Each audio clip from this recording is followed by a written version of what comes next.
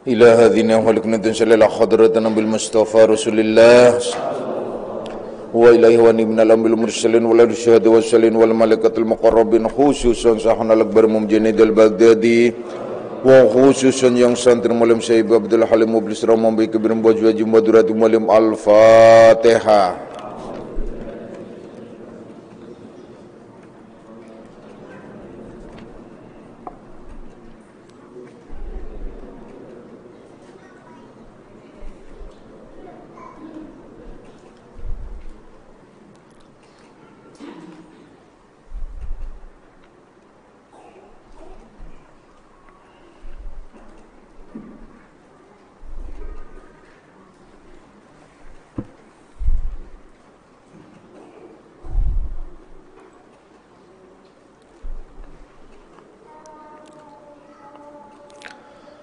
Assalamualaikum warahmatullahi wabarakatuh.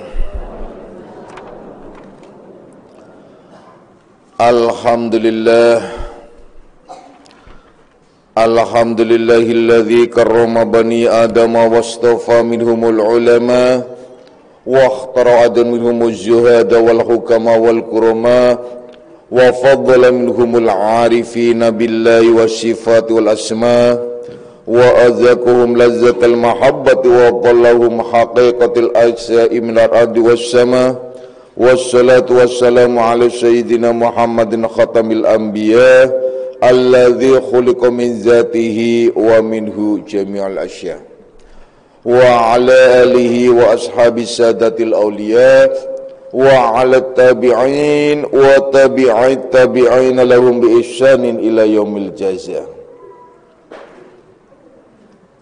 Subhanaka la ilma lana illa ma 'allamtana innaka antal alimul hakim wa la haula wa la quwwata illa billahil aliyil azim amma ba'd.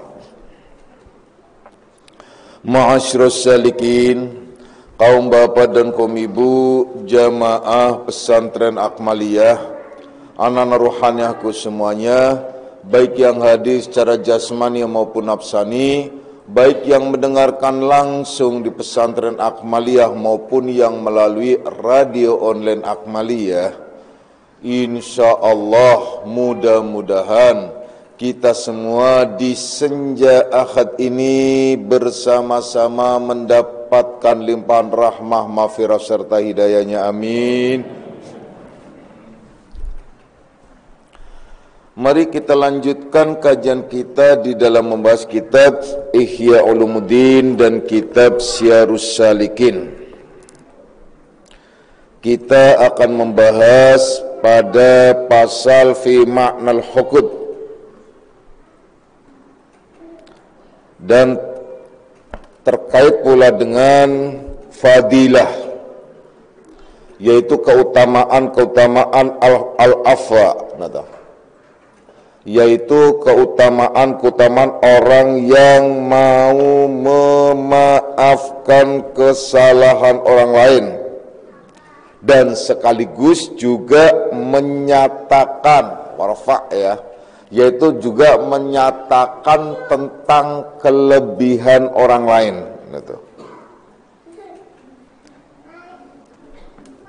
Menyatakan juga tentang keistimewaan dan kelebihan tentang perangai atau akhlak yang sangat istimewa, akhlak yang lemah lembut, ya. Selembut apakah akhlaknya? Selembut sutra.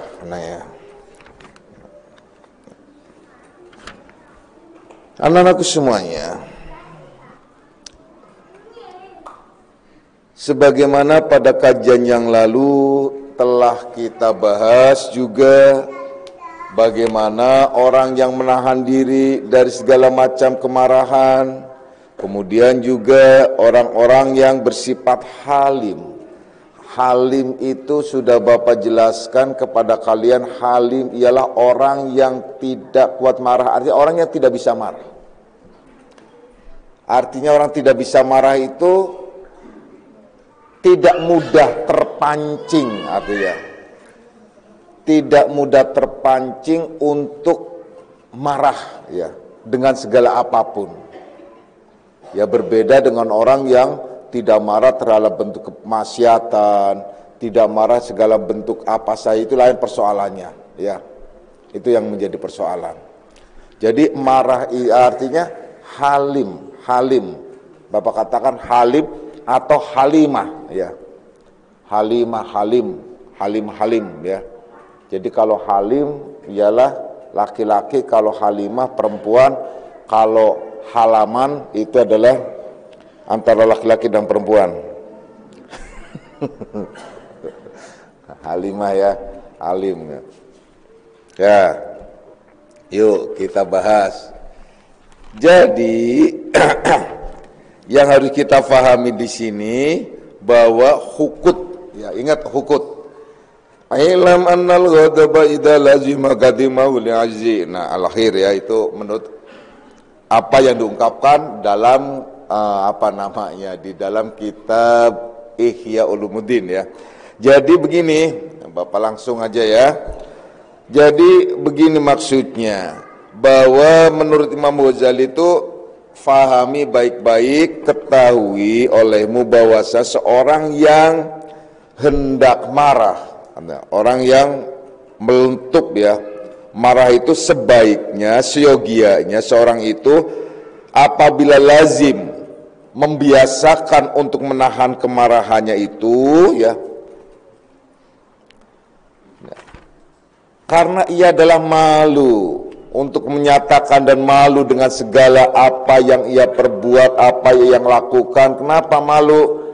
Karena malu yang namanya sejelek-jelek orang itu adalah saat marah. Bapak katakan sejelek-jelek orang itu saat marah. Itu kalau orang marah itu, Bapak sering jelaskan bahwa kalau kalian ingin tahu orang marah, jeleknya orang marah, itu sama dengan orang yang lagi itu tuh, apa namanya ya, bahasa yang halus apa sih ya, gitu. Ya, gitu ya. Apa tuh? Apa? Coba kalian bawa kaca, atau begini sajalah. Kalian di kamar mandi pas di di toilet itu coba apa namanya? Ini. Taruhin cermin yang ini. Taruhin cermin yang ini. Yang gede gitu ya. Jadi toilet biasa, toilet cermin gitu. Coba deh, itu salah satu di antara cara kalian bisa menahan marah. Kalian bayangin kalau marah tuh lebih jelek dari itu. Nah, itu harusnya tuh semacam itu ya. Nah, itu marah tuh. Jadi marah itu orang yang paling secakep apapun kalau lagi marah itu nggak tambah cakep. Itu tambah jelek. Kenapa sih? Karena marah itu datangnya dari setan, sedangkan setan itu adalah seburuk-buruk ciptaan Allah gitu loh. Jadi seburuk-buruk ciptaan Allah, sejelek-jelek itu manusia, ini udah hitam, jelek, marah. Wah, kan hitamnya tambah hitam, jeleknya tambah jelek. Itu saya marah tuh. Ini putih, cantik, marah. Wah, ini namanya bidadari setan ini. Ya, bidadari setan ini. Udah cantik marah, jangan kemudian kamu kalau marah kok tambah cantik. Oh, berarti ini adalah sedang memuji. Kata lainnya tuh begini, kamu adalah bidadari setan. Itu begitu gitu. Jadi jangan kemudian kalian GR, oh saya marah aja cantik. Nah itu enggak, jangan. Nanti kalian kepengen cantik dilihat marah lagi gitu ya. Itu awas, hati-hati ya. Jadi hukut itu, ya ini hukut nih. Apa sih hukut? Mungkin hukut kalian jarang denger ya, jarang denger. Secara umum nih jarang dibahas hukut ini. Hukut itu ialah kemarahan yang terpendam di dalam hati. Jadi kesalahan seseorang dia pendam dalam hati, tidak mau memaafkan, itu menjadi disebut penyakit hukut di dalam hati, dipendam dalam. Jadi ada kalimat sebel gitu. Boleh jadi sih sebel dalam arti, tapi bukan sebel. Ini hukut, ini kemarahan yang berlarut di dalam hati. Jadi lebih kepada kayak a priori itu hukut itu. Itu bahayanya semacam itu. Jadi kalau kita sumpamanya apa namanya? Marah terhadap seseorang, agar kita tidak terkena penyakit hukut, maka tidak ada jalan lain kecuali kita memaafkannya. Makanya disebut memaafkan, itu disebut ma'ul barid, air penyejuk jiwa. Udah kan jelas begitu ya. Jadi selama kalian belum memaafkan, kemudian dengan kalimat yang seolah-olah memaafkan, saya sih sudah memaafkan, tapi hati ini sakitnya tuh di sini gitu loh. Ini sakit, nggak bisa hilang-hilang sakit, gitu. Ya susah gitu loh. Ya sakit di sini, terus gimana? Ya harus maafkan, harus lepaskan. Kalau tidak melepaskan itu menjadi penyakit. Penyakitnya apa? Penyakit yang tidak akan terselesaikan kecuali kalian memaafkan secara utuh, sempurna. Kenapa sih? Karena kalau kita tidak memaafkan, efeknya tuh banyak. Efeknya banyak. Apa sih efeknya banyak? Udah deh banyak deh. Kecuali kalau kalian itu orang-orang yang benar-benar artinya diistimewakan oleh Allah. Kalau orang yang udah diistimewakan Allah itu terjaga. Kalau sudah terjaga, apapun yang disebut ialah dimaksumkan, artinya dijernihkan. Ya, itu beda ya. Kita bikin kronologi, logika orang yang sebel dan marah terhadap orang yang tidak mau memaafkan. Apa sih efek, salah satu di antara efek dari efek yang banyak? Kalian sebel sama orang, marah sama orang. Ini marah nih, marah sama orang. Kemudian kemarahan ini tidak selesai di dalam hati, tidak lepas. Tidak dilepaskan. Nanti kapan waktunya kalau ada pemicu menyebut nama orang ini, langsung kalian tuh bergairah untuk mengungkapkan keburukan dan kejelekan atau sebelnya. Terus apa itu? Itu yang namanya ghibah. Al-ghibatu asyaddu minaz zina. Ghibah itu dosanya lebih besar daripada berbuat zina. Coba deh. Itu yang menjadi persoalan. Oleh karena itu daripada kalian menghibah, nah itu yang dosanya lebih besar daripada berbuat zina, ya lebih baik diamlah, gitu loh. Lebih baik melepaskan, memaafkan. Karena apa? Karena memaafkan itu nggak perlu biaya. Memaafkan nggak perlu biaya, nggak perlu mendaftarkan. Kemudian nggak kayak orang bikin itulah, bikin SIM atau bikin surat-surat lainnya, nggak. Cukup kalian hatinya lapang memaafkan. Tapi memaafkan ini butuh ilmu. Tidak sesederhana yang kalian bayangkan. Kalau yang namanya memaafkan itu, kalau tidak disertai ilmu yang baik dan benar, itu persoalan juga. Jadi akhirnya tidak akan bisa memaafkan. Ilmu yang bisa memaafkan apa sih? Kalau kalian belajar ilmu tauhid dan hakikat. Ilmu tauhid di mana kalian telah dipelajari di Akmaliyah ini, bagaimana kalian memandang tentang ujian dan cobaan itu dikembalikan kepada Allah Subhanahu wa taala. Bukankah kalian sudah kami jelaskan bahwa hakikatnya perbuatan apapun harus dikembalikan kepada Allah, dan hakikatnya yang beri ujian dan cobaan itu ialah Allah menyuruh malaikatnya pada saat Allah ingatlah wa idz qala rabbuka lil malaikati i'taliqu ila abdi fasubbu alaihil bala'u sabba. Ingat tatkala Allah berfirman kepada para malaikatnya, i'taliqu ila abdi, turun kepada hamba-hambaku, fasubbu alaihil bala'u sabba, uji dan coba dengan berbagai macam ujian dan cobaan. Jadi memang Allah yang menyuruh malaikat untuk mendatangkan ujian dan cobaan. Ujian dan cobaan yang ada pada kita itu ialah apa sih? Bukan berarti malaikatnya itu berwujud blok di depannya, nah itu loh, ngetes gitu, tidak. Malaikatnya ialah apa? Sengaja ngotak-ngatik.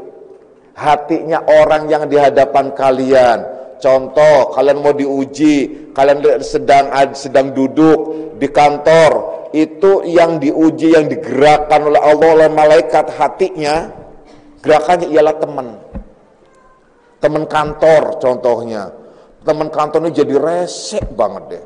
Ya rese ya ini, benar memancing kemarahan. Nah itu loh.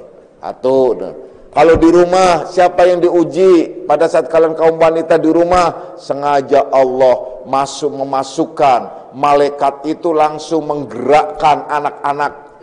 Nah, dimasukin tuh anak-anak tuh. Macam-macam ujian yang sampai tetangga saja, sampai ngelus dada, sampai ngusap bagi orang yang lagi hamil, sampai ngusap perutnya.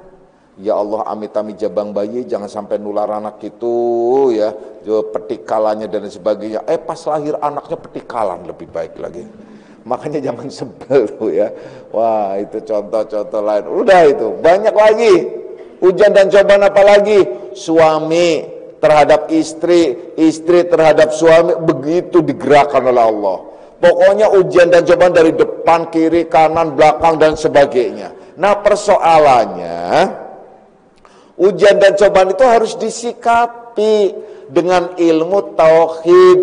Nah, ilmu tauhid, kalau kalian bisa mensikapi dengan ilmu tauhid, itu aman dan nyaman, tentram di dalam hati kalian. Kemudian kalian pandang orang yang bersalah terhadap kalian, kenapa sih kalian tidak mau memaafkannya? Sementara kalau kalian salah juga kalian kan berharap memaafkan, berharap mendapatkan maaf darinya.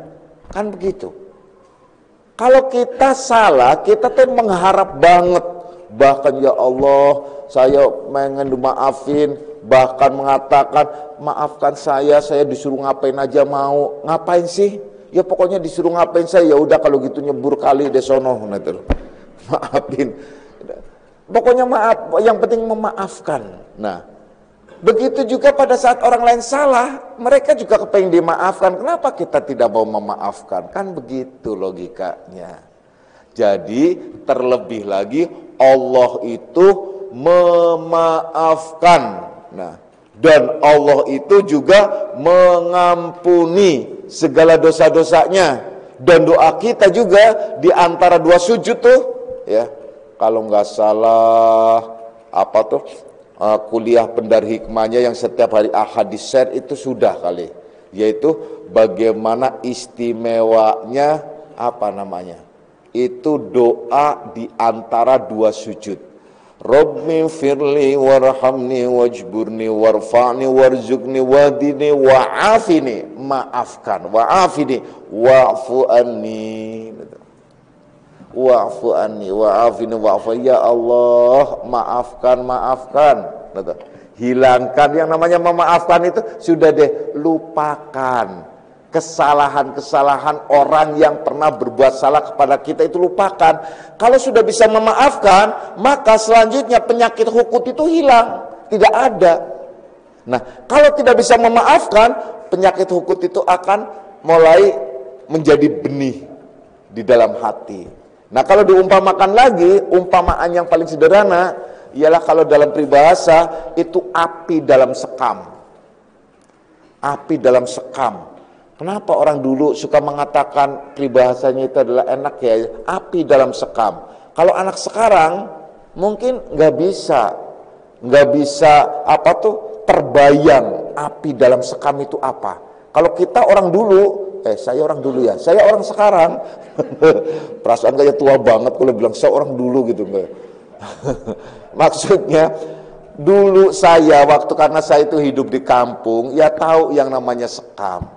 Nah, yaitu kulitnya padi, kulitnya beras itu kalau padi itu menjadi gabah. Padi itu kalau dipanen menjadi gabah itulah kemudian di kulit itu diselip, istilahnya itu ada yang namanya sekam, yaitu kulit kasarnya ya, kulit kasarnya. Nah, kulit kasarnya itu juga sekam disebut, atau Jerami-jerami itu sebenarnya bukan. Yang benar-benar sekam itu sebenarnya itu sekam. Nah, kemudian ada juga yang lebih lembut lagi, lebih lembut dari itu, dari kasar itu juga sekam juga. Nah, sekam ini kalau kalian pengen tahu lagi, itu juga dijadikan untuk apa? Untuk pembakaran. Sebenarnya ini pembakaran. Kalau dalam bahasa bahasa Perancis itu pembeleman. Ngebelem gitu. Nah, iya gitu. Jadi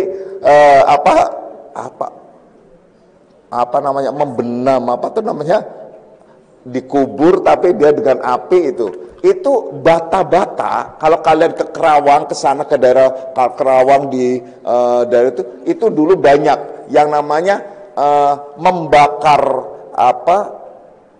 bata untuk bata tanah itu akhirnya jadi merah itu dengan sekam. Jadi dibikin kotak, makanya gubuk-gubuk, harusnya sekam itu ditaruh itu, udah nggak diapa-apain, langsung kasih aja api dalam, merambat itu bisa kebakar semuanya. Itu sekam itu semacam itu. Nah, itu kalau dulu kalau di kampung saya itu benar-benar membakar bata tuh bakaran bata bener. Itu seneng banget gitu. Kenapa? Dibikin disusun kayak rumah itu susunan gitu, berapa ribu bata, orang yang mau bikin rumah itu beribu bata gitu loh. Jadi kemudian ada tungku-tungkunya itu dibuat, akhirnya dia pakai kayu. Wah, itu kerja bakti bareng-bareng, saling tolong. Itu seneng banget. Kadang-kadang nongkrong anak-anak kecil kampung kan gak ada hiburan, itu hiburannya nongkrong gitu.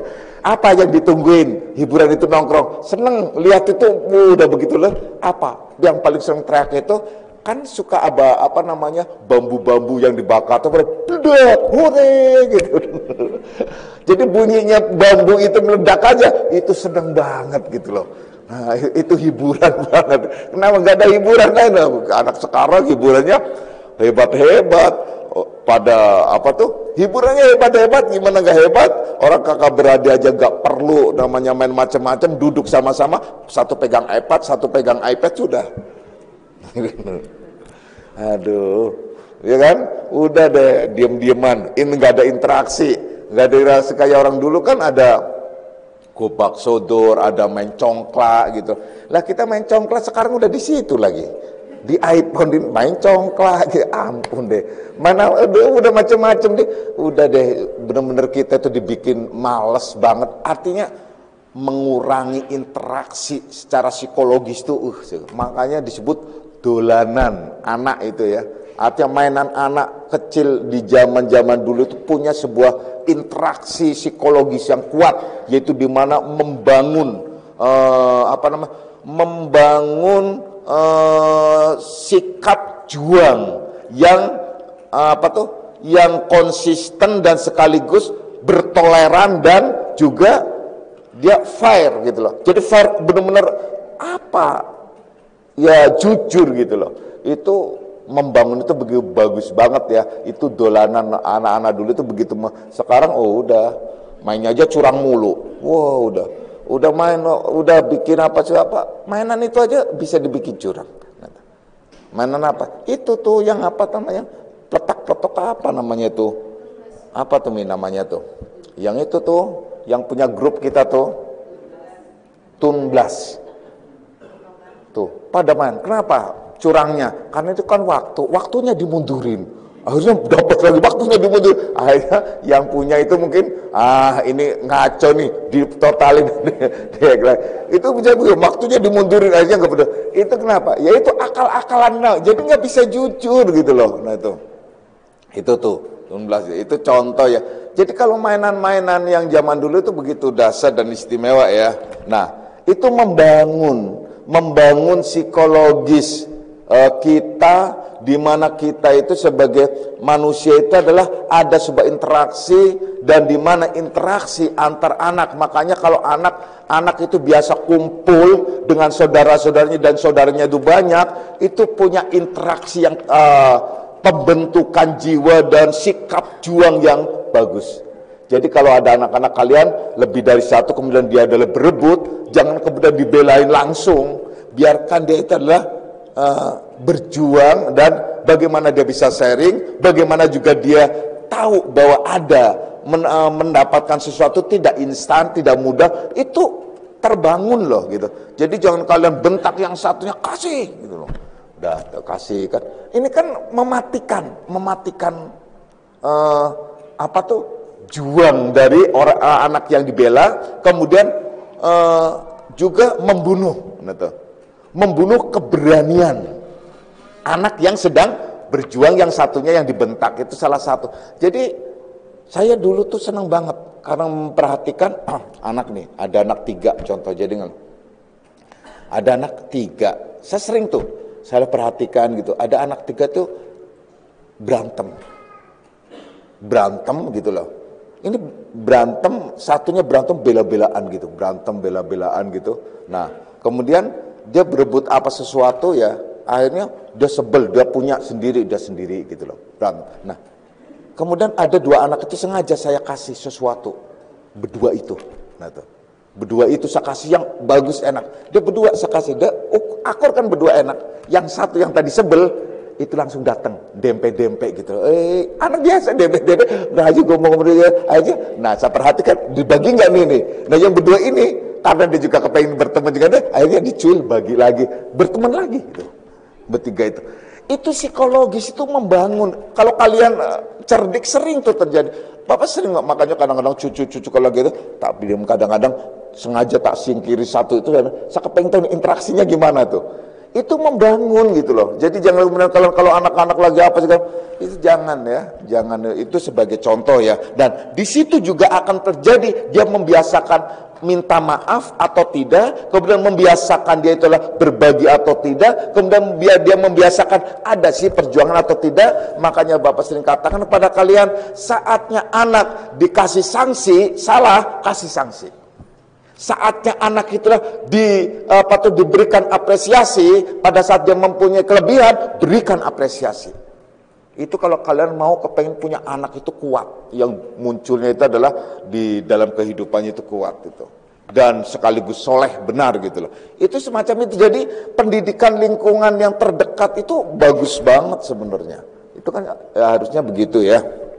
Nah, api dalam sekam yang disebut istilahnya itu hukut tadi, ya hukut, nah, itu seperti api dalam sekam. Kalian bayangkan yang namanya bata dari tanah saja, sekam itu tuh bisa kebakar, bisa api, dan benar-benar bisa menjadi, kalian lihat bata-bata yang sekarang, yang di rumah-rumah. Mana rumah sekarang udah nggak ada bata lagi ya, pakainya batako, ya namanya bata-bata merah itu loh, gitu. Itu tanah itu bisa membara dan akhirnya matang jadi merah gitu loh. Itu apa? Sekam. Kebayang gak sih akhirnya kalau andai saja semacam sekam itu ada di dalam diri kita dalam bentuk sifat. Nah, Allah akhirnya menjelaskan, dari dulu itu, apa dulu itu ada model bata begitu kali ya. Karena perumpamaannya apa ya? Diumpamakan, disebut khutomah. Kalau di dalam sebuah ayat itu dalam surat ya, wa ma adraka mal khutomah, apakah kamu tahu apa itu khutomah? Narullahil muqadah, api yang diam-diam dinyalakan walaupun tidak berkobar tapi dia tetap menyala di dalam hati. Narullahil muqadah, api yang ada dalam hati. Narullahil muqadah allati tatali alal afidah, dan api itu ditutup rapat-rapat di dalam hati itu. Itu namanya khutomah. Jadi bukan berarti khutomah itu bayangkannya neraka khutomah nanti sana. Iya, neraka khutomah nanti ada, tapi yang disebut narullahil muqadah allati tatali alal afidah, yaitu api yang dinyalakan di dalam hati. Kemudian hati itu adalah ditutup rapat oleh apa sih? Oleh egomu, oleh ego kita, rasa malu kita, rasa gengsi kita, rasa keakuan kita, rasa kita lebih tua, rasa kita merasa benar dan sebagainya. Kita kan gak mau memaafkan orang karena apa? Satu, kita merasa udah lebih tua. Dua, kita merasa lebih benar. Tiga, kita merasa udah macam-macam deh. Hilangkan semua rasa itu sama saja membuka katup hati. Blak. Jadi hilangkan semua rasa itu membuka katup hati. Buka deh. Setelah dibuka apa? Setelah dibuka, ya Allah, ternyata jernihnya hati itu, langsung memaafkan. Maka sifat hukum itu blas hilang. Nah, itu langsung hilang. Tidak ada lagi. Nah, kalau kebayang dong, kalau hatinya sudah kebakar, nah, kemudian jiwanya kebakar, semuanya kebakar. Persis kalian bayangkan kalau kalian tidak tahu, ya udah. Sekarang kalau kalian tidak tahu, sekarang kan dunia sudah modern tuh. Coba kalian di YouTube atau di mana saja kalian cari model sekam yang buat membakar batu bata. Itu udah bayangannya itu. Itu di kotak kayak kolam gitu, di kotak batanya di dalam semua masukin itu kebakar semua loh. Dan itu bisa merah itu bata itu, yang asalnya hitam atau coklat warna warna tanah jadi matang.